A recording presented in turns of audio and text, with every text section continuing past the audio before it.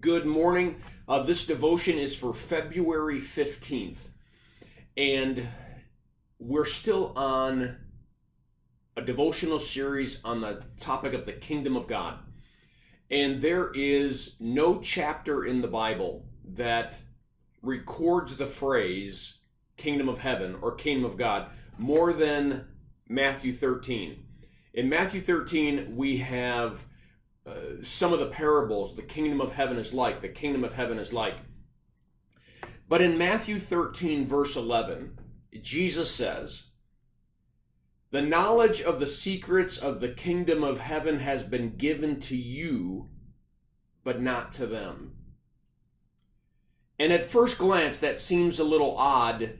And so I think it's important that we spend just a few moments thinking about this verse.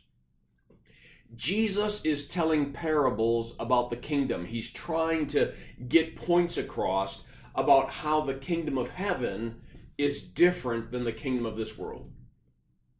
And we've talked about that already in this series, but it's apparent in this chapter. But what he's done is divided two groups. He's divided the disciples, those who believe in Jesus, and those who do not.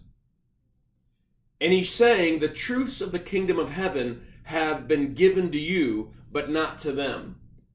And I believe what he means is, because you are spiritually born again, because you have the Spirit of God in you, because you now see from a kingdom's perspective, because you're not rejecting my truths, because you have spiritual eyes and spiritual ears and a spiritual mind that is being transformed into my image, these truths can be understood by you because they can only be understood by the spiritual, where they will hear the same parable and not get it or not understand it fully because they lack that spiritual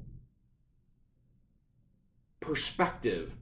They're resisting the spiritual side and absorbing everything from an earthly perspective, trying to understand it from their earthly minds.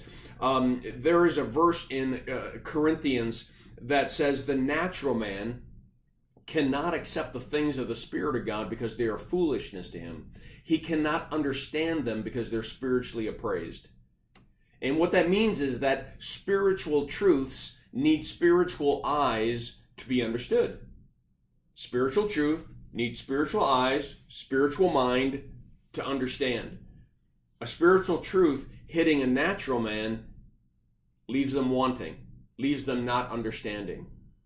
And so I encourage you to read the devotion that's attached. I pray that this devotion is a blessing to you. Have a firmly rooted day.